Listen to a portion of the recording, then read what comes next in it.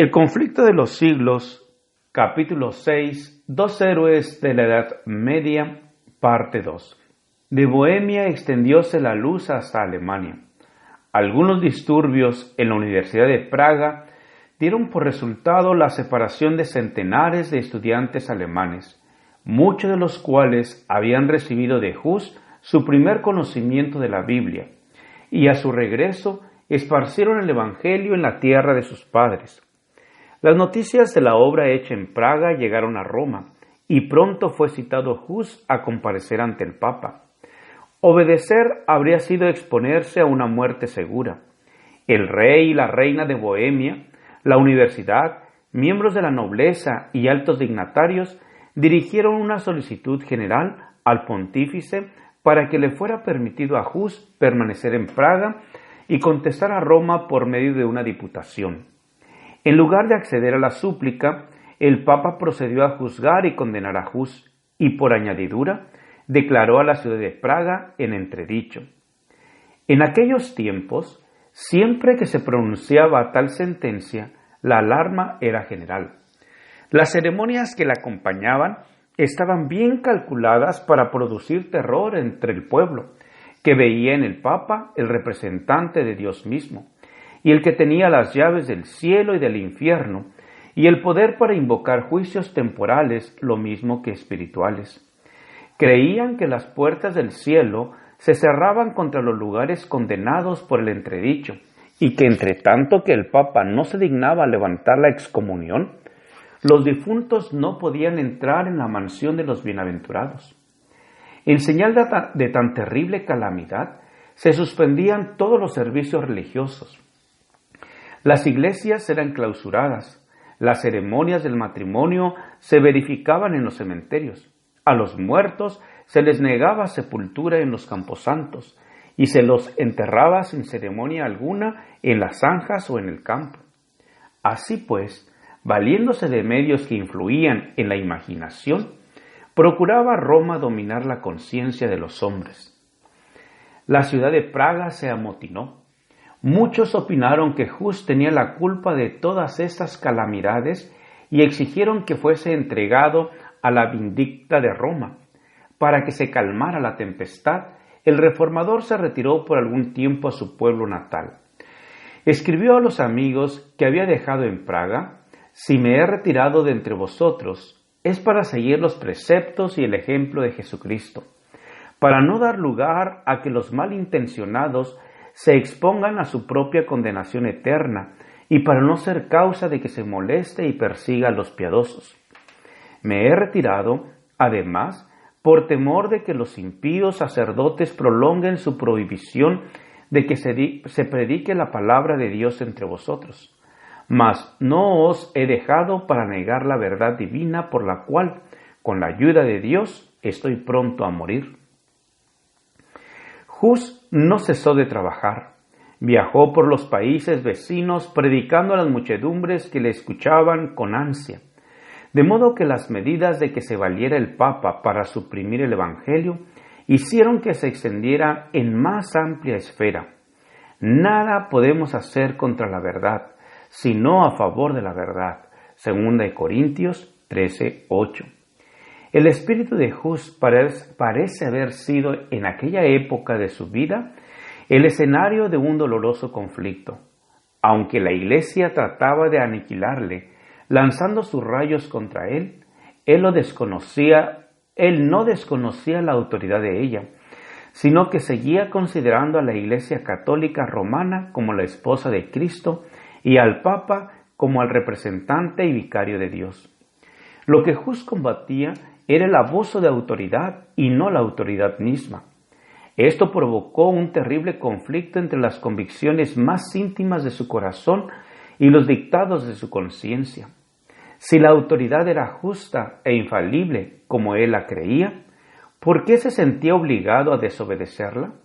Acatarla era pecar, pero ¿por qué se sentía obligado a pecar si prestaba obediencia a una iglesia infalible? Este era el problema que Hus no podía resolver, y la duda le torturaba hora tras hora. La solución que por entonces le parecía más plausible era que había vuelto a suceder lo que había sucedido en los días del Salvador, a saber, que los sacerdotes de la Iglesia se habían convertido en impíos que usaban de su autoridad legal con fines inicuos. Esto le decidió a adoptar para su propio gobierno y para el de aquellos a quienes siguiera predicando la máxima aquella de que los preceptos de las Santas Escrituras, transmitidos por el entendimiento, han de dirigir la conciencia, o en otras palabras, que Dios, hablando en la Biblia, y no la Iglesia hablando por medio de los sacerdotes, era el único guía infalible.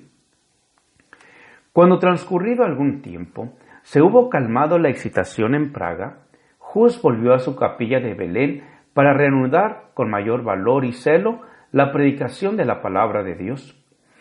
Sus enemigos eran activos y poderosos, pero la reina y muchos de los nobles eran amigos suyos, y gran parte del pueblo estaba de su lado. Comparando sus enseñanzas puras y elevadas y la santidad de sus vidas con los dogmas degradantes que predicaban los romanistas y con la avaricia y el libertinaje en que vivían, muchos consideraban que era un honor pertenecer al partido del reformador. Hasta aquí, Hus había estado solo en sus labores, pero entonces Jerónimo, que durante su estada en Inglaterra había hecho suyas las doctrinas enseñadas por Wycliffe, se unió con él en la obra de la Reforma. Desde aquel momento, ambos anduvieron juntos y ni la muerte había de separarlos.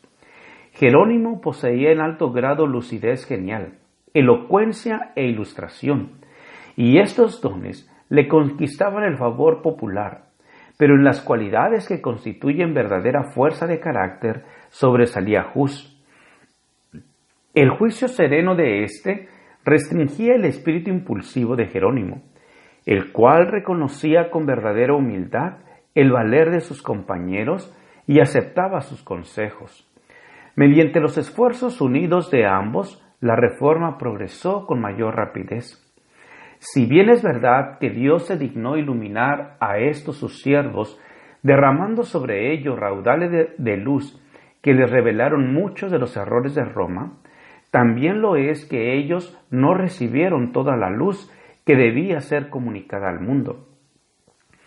Por medio de estos hombres, Dios sacaba a sus hijos de las tinieblas del romanismo, pero tenían que arrostrar muchos y muy grandes obstáculos, y Él los conducía por la mano, paso a paso según lo permitían las fuerzas de ellos.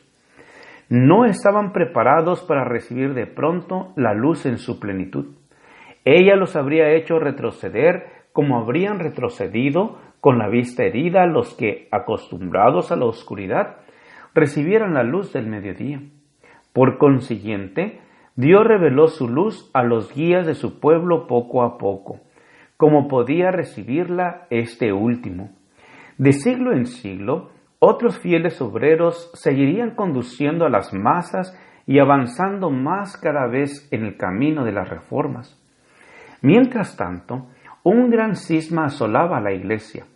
3 papas se disputaban la supremacía, y esta contienda llenaba los dominios de la cristiandad de crímenes y revueltas. No satisfechos los 3 papas con arrojarse recíprocamente violentos anatemas, decidieron recurrir a las armas temporales. Cada uno se propuso hacer acopio de armamento y reclutar soldados. Por supuesto, necesitaban dinero, y para proporcionárselo, todos los dones, oficios y beneficios de la Iglesia fueron puestos en venta. Asimismo, los sacerdotes, imitando a sus superiores, apelaron a la simonía y a la guerra para humillar a sus rivales y para aumentar su poderío. Con una intrepidez que iba cada día en aumento, protestó Hus enérgicamente contra las abominaciones que se toleraban en nombre de la religión, y el pueblo acusó abiertamente a los jefes papales de ser causantes de las miserias que oprimían la cristiandad. Gracias por escuchar este audio. Te invito a escuchar la siguiente parte. Jehová te bendiga y te guarde. Con aprecio, Pastor Juan Manuel Flores Espinosa.